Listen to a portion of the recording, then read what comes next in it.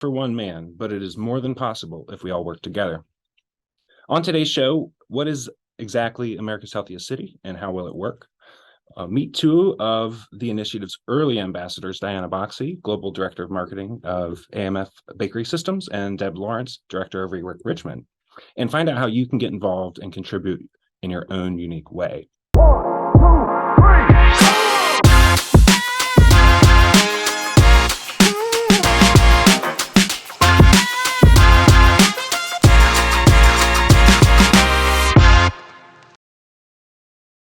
So first off, I want to welcome our guests, Diana Boxey and Deb Lawrence.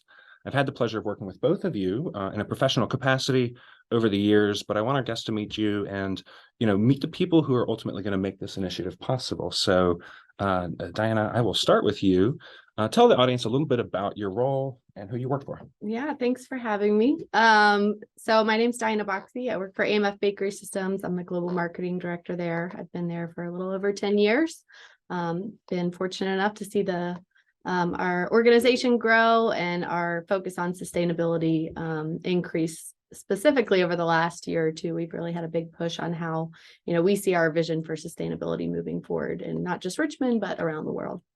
So tell us a little bit about what AMF Bakery Systems does in the world, because you guys do have a world presence. We do. We have multiple locations around the globe, but our headquarters is here in Richmond.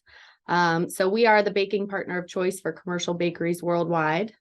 We design, develop, engineer best-in-class unit equipment and complete system solutions that automate the production of a variety of baked goods. So everything from soft bread and buns to artisan breads, pizza, flatbreads, cakes, pies, pastries, you name it. And our goal is to help bakers develop more sustainable production solutions so that we can deliver safer, more affordable, more accessible food to communities and families around the world.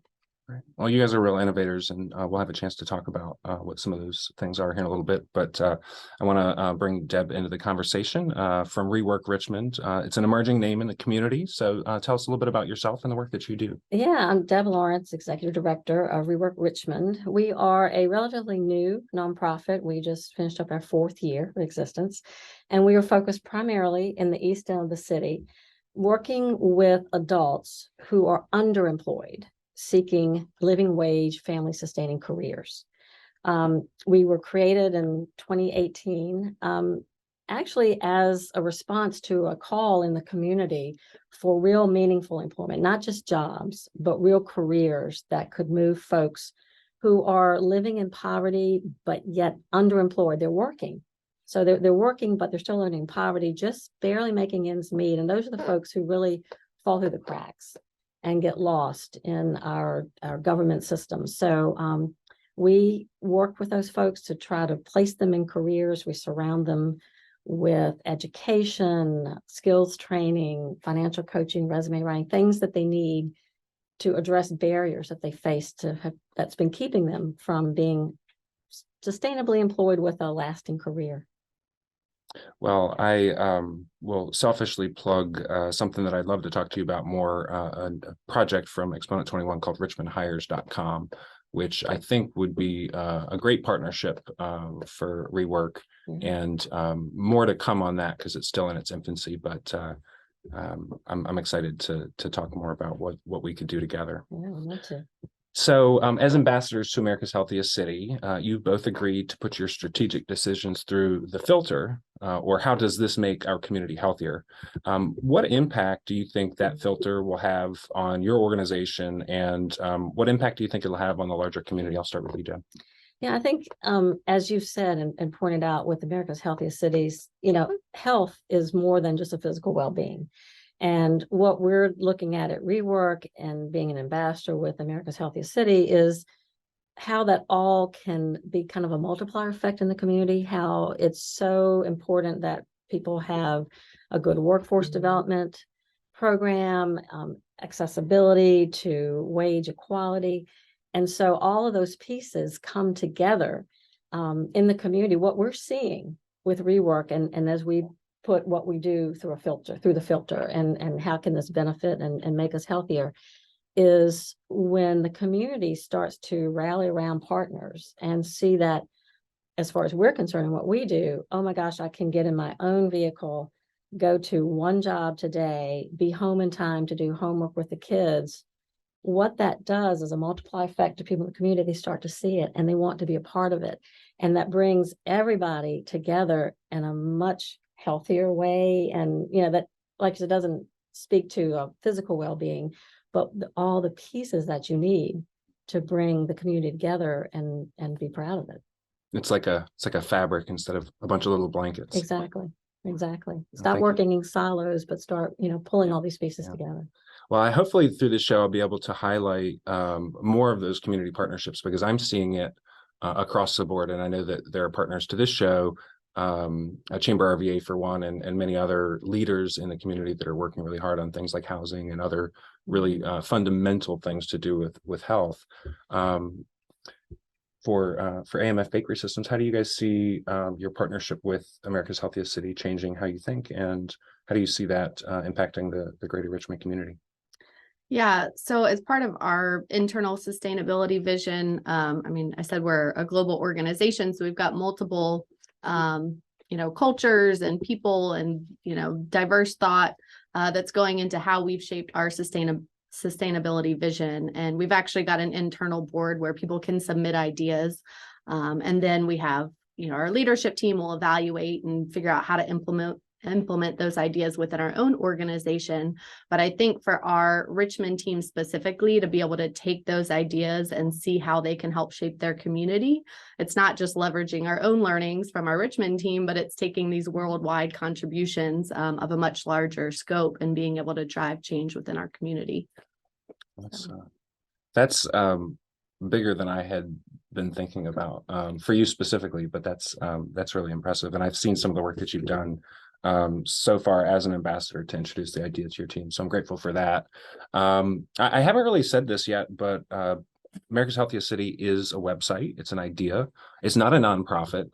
For those of you who are listening, it's an idea. It's an initiative that is being spearheaded by Exponent 21, my company, but it's a website that we built to give as a gift to the community to create this space and to create the collaborative effort that is America's Healthiest City. So the first thing you'll see if you go to AmericasHealthiestCity.com is an ideas board.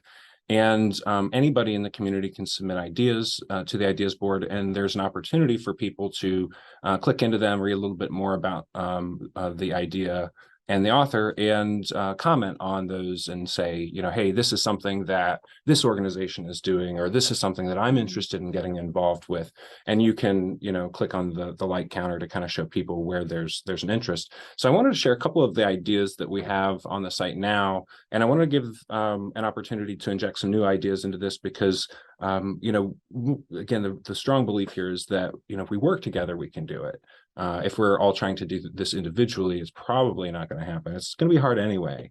But small things can make a big difference. And one of the ones that was submitted to the site early on, and I won't say who the author is, but the idea that we could paint healthy fruits and vegetables and other foods on prominent walls in Richmond, with also labels that are prominent so that people can learn something.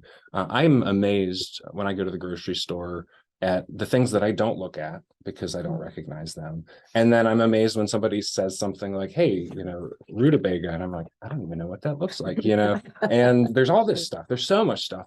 And for me personally, this idea, America's Healthiest City, came out of Leadership Metro Richmond and just a general frustration in order to solve food, which was my immersion topic in Quest, is you have to solve all these other problems. And that was just too much for me. But one of the things that I think it was somebody from Shalom Farm says that there's this cultural appropriation that is also a component to the bigger picture, and allowing people to learn and allowing people to absorb information that can help them in their own pursuit as individuals is what this idea is based on. So I want to open up the floor to either of you to share any ideas that you have. Because again, I really strongly believe that it's going to be up to all of us to move the needle. And I don't think that it needs to be any major initiatives necessarily. I think there are going to be some that probably emerge. And we'll talk a little bit more about some of the parts of America's Healthiest City, but any ideas that you brought to the table today? So one thing we've done at AMF is we've adopted a street basically. So we're located on Laburnum Avenue, and each year we organize an Earth Day event. So in April, on Earth Day, we talk about a few different things that we could do. This year we planted some garden beds so that our teammates can come and they can contribute, they can grow what they want to grow and then take home any of the foods that grow from that. But another part of our Earth Day event was we did a street cleanup. And so we went down to Laburnum, we had a bunch of volunteers internally clean up the street, just picking up trash and figuring out what could be recycled. But we learned from that you can actually adopt a street, and that's just your commitment to do ongoing cleanup initiatives throughout the year.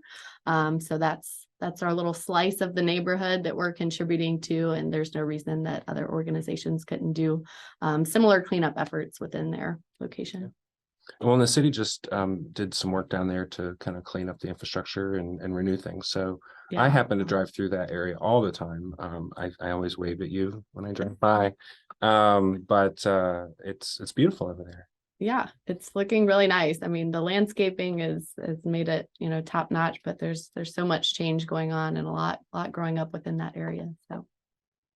So one of the other ideas that was submitted to this site is similarly sort of rooted in the idea that we have a lot to learn as individuals to kind of bridge the gap.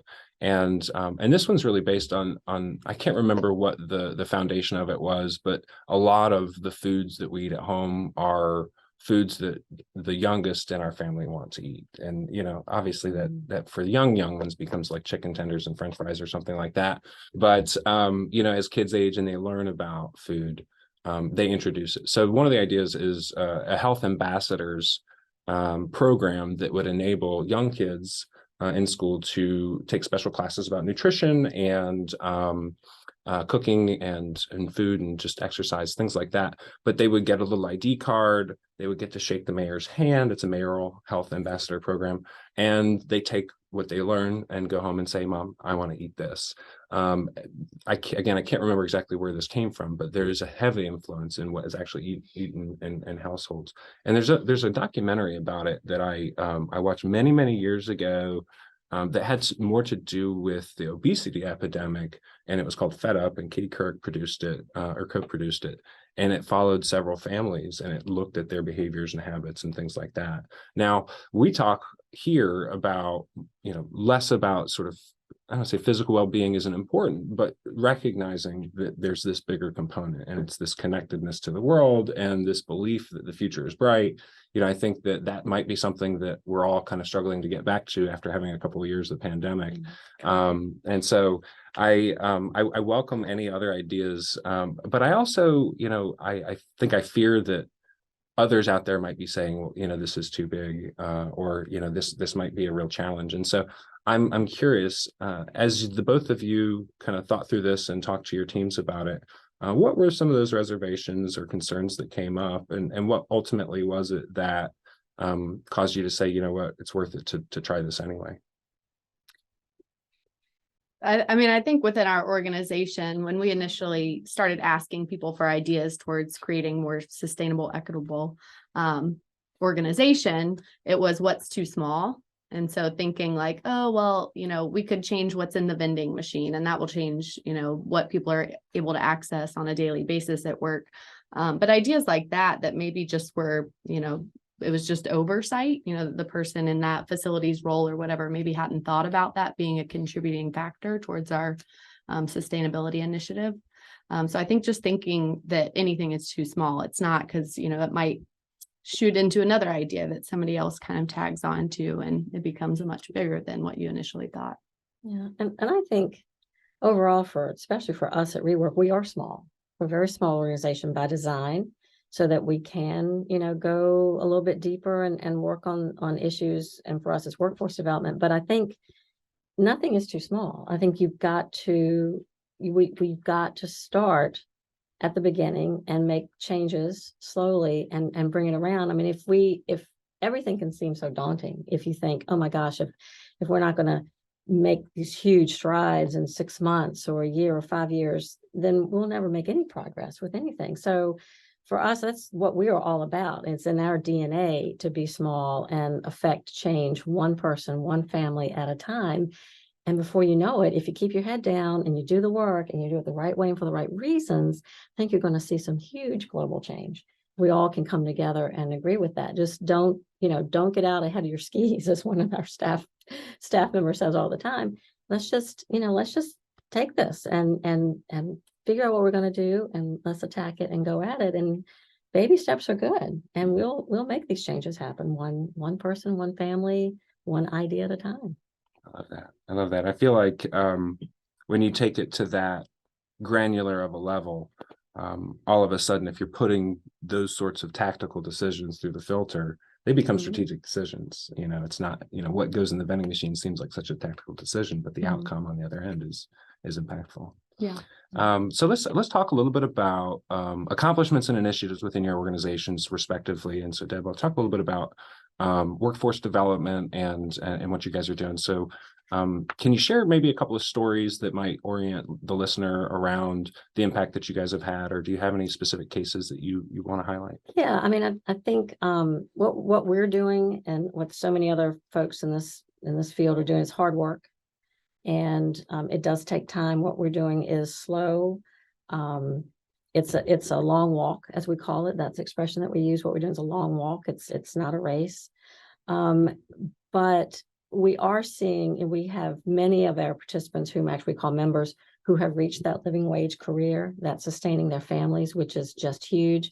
And we are seeing that multiplier effect, where their friends and their neighbors are wanting to be like the friend and neighbor that they see. We have members who have been with us for a couple of years, who are now moving out of certain housing situations that weren't ideal for them into home ownership, which is not workforce development, but because of the workforce development piece, they're able to do that and make, again, a much healthier family and healthier lifestyle for themselves. We are really, really proud of those members and those folks that have done that. And once you're a ReWork member, you're always a member. So we stay with their folks and make sure how they're doing on the job. Is it time to look at owning a home, meeting with their financial coach? So we're seeing a lot of success with our members in the areas of not only employment and income, but education, housing, transportation, childcare, which all of those pieces, you've talked about it in a lot of the documents you've written about healthy cities. All of those pieces have to come together to achieve the same goal. So we feel very blessed that, we've only been around for 4 years, but we have some really good stories with our members. We have some really good data and metrics to show how everybody's moving forward and just becoming stable and thriving, just becoming very stable and thriving in the community. There's some stories. I won't get into specific, but we're very proud of what folks do. Well, it sounds like you're working to build generational wealth, and if you could measure it, there are probably some measurable mental and physical health impacts as well for your families. Absolutely. Yeah. And you guys are doing some innovative things. I don't know if I won't say anything specifically, but I'll let you kind of talk about some of the exciting things that you guys are doing to be out on front and be a leader. Yeah. I mean, as a leader in innovation, of course, we're focused on green product innovation and then continuous improvement of our processes and product lifecycle analysis, that type of thing, as it relates to our engineering efforts. But a big aspect of our vision for better food, better lives is that we have a duty to teach and mentor the workforce of tomorrow. And that's really the key pillar under our social engagement initiative, is how are we partnering with STEM programs and different technical universities to develop, not just the future generations, but who's going to come into AMF and help. So we're working a lot with different internship programs and just cultivating tomorrow's leaders. Wonderful. Well, before we run out of time, I want to give the listeners an opportunity to find out where to reach each of you. So Deb, can you share where people can find about you and your organization? Yeah, we have a website, www.reworkrichmond.org. We are located in the East End, in the heart of the East End, on the corner of Fairmount Avenue and 22nd Street. Diana? Yep, you can go to amfbakery.com. We've got a full page on sustainability that talks about these initiatives in greater depth, as well as, our involvement with America's Healthiest City. Thank you. Thank you. And on the way out, I just wanted to invite listeners to go to AmericasHealthiestCity.com to check out the ideas that have been submitted on the website, to submit your own ideas, to sign up to be an ambassador if you are a brand, a government agency, a nonprofit, or an academic institution. What we'll talk about a little bit more in future shows is the need for collaboration, not just amongst individuals, but the need to also collaborate across those 4 different institutions in the community. And we'll talk about the foundations of America's Healthiest City, which comes from largely the World Health Organization and the World Economic Forum. So I welcome you all back next week, 6 a.m. on ESPN Richmond Thursdays.